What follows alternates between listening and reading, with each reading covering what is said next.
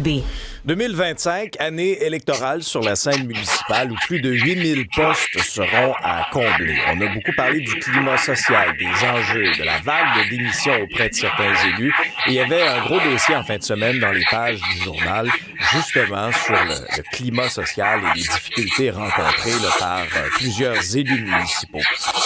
On en parle ce matin avec Bianca Dussault, qui est conseillère municipale de Val-d'Aulaire et membre du comité exécutif de la Ville de Québec. Elle a été élue pour la première fois en 2021. Bonjour, Madame Dussault. Bon matin. Bonjour, merci beaucoup d'être là. Résumez-nous d'abord là, ce à quoi vous avez dû faire face au cours des dernières années.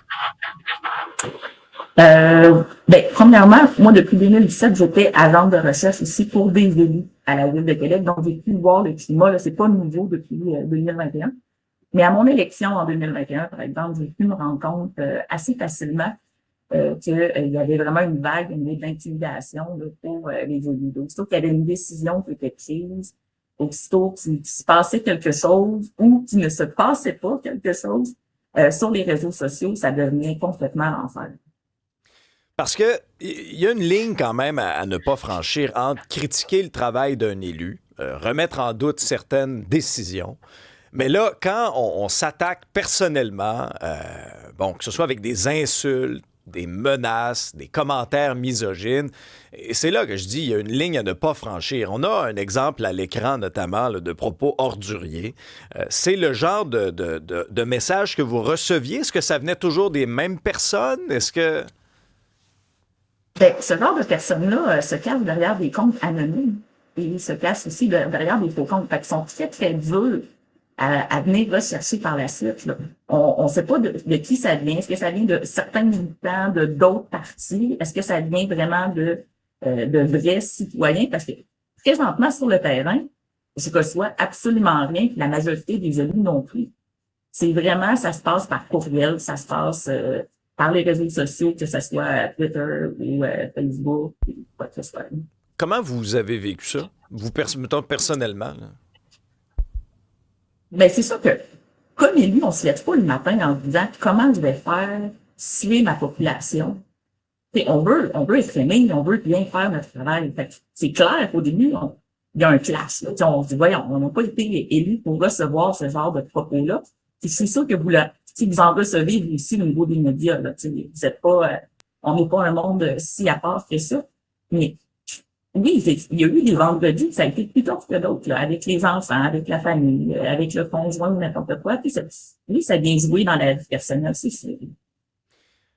Pourquoi vous avez choisi de continuer malgré tout? Parce que vous allez vous représenter, là. Ben oui, je vais me représenter, absolument. Qu'est-ce qui vous motive à continuer? C'est parce que continuer? j'adore moi, c'est le côté humain de la politique que j'aime. J'aime aller sur le terrain, à la rencontre, de voir les gens, les aider avec leurs problématiques. Tu sais, le municipal, c'est la politique qui est le plus poussée à les gens. Puis l'humain, moi, c'est qu'est-ce qui vient vraiment là, me grounder là, carrément. Là, tu sais. Il y a la ministre des Affaires municipales, André Laforêt, dans le journal ce matin, qui dit la prochaine vague d'élus va être mieux outillée, mieux armée que jamais pour faire face aux nouvelles responsabilités, avec le fameux projet de loi 57 qui visait à mieux protéger les élus. Là, on a ajouté des ressources, du financement, de l'accompagnement.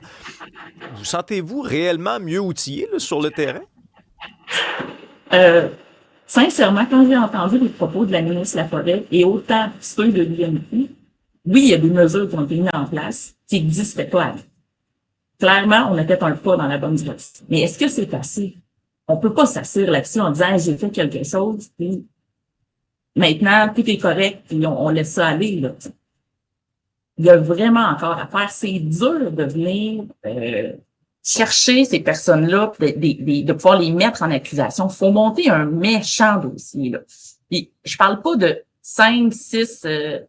capture d'écran, là. On parle là, de dossiers complets, d'avoir l'identité, de prouver qu'il y a une mauvaise intention, de prouver que c'est récurrent. C'est vraiment difficile. Fait que oui, il y a des mesures qui ont été mises en place, mais est-ce qu'on peut les mettre en application? Sincèrement, l'UMQ et la ministre Laforêt peuvent encore faire mieux. Vous avez vécu aussi une situation lorsqu'une personne s'est faufilée jusque dans votre bureau d'arrondissement.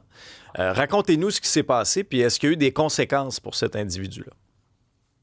Ben, ça en est un bel exemple.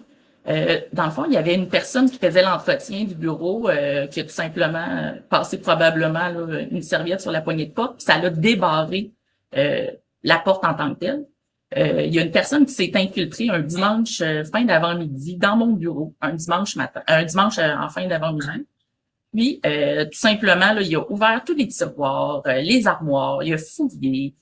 Il a tenté de m'écrire en disant que qu'il allait mettre ça de manière publique.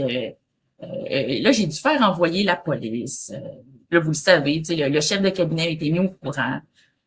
Finalement, il a été mis en état d'arrestation, mais il n'y a eu aucune accusation qui a été portée contre lui parce qu'ils n'ont pas pu prouver la mauvaise intention, malgré le fait qu'il est rentré dans mon bureau, qu'il a avoué avoir fouillé partout. Non, il n'y a eu aucune accusation. Fait que quand je dis que c'est difficile de pouvoir faire quelque chose avec les gestes qui sont posés envers nous, ben ça en est un bon exemple. Bianca Dussault, conseillère municipale à Val-Bélair et membre du comité exécutif à la Ville de Québec. Merci pour votre témoignage aujourd'hui. Merci.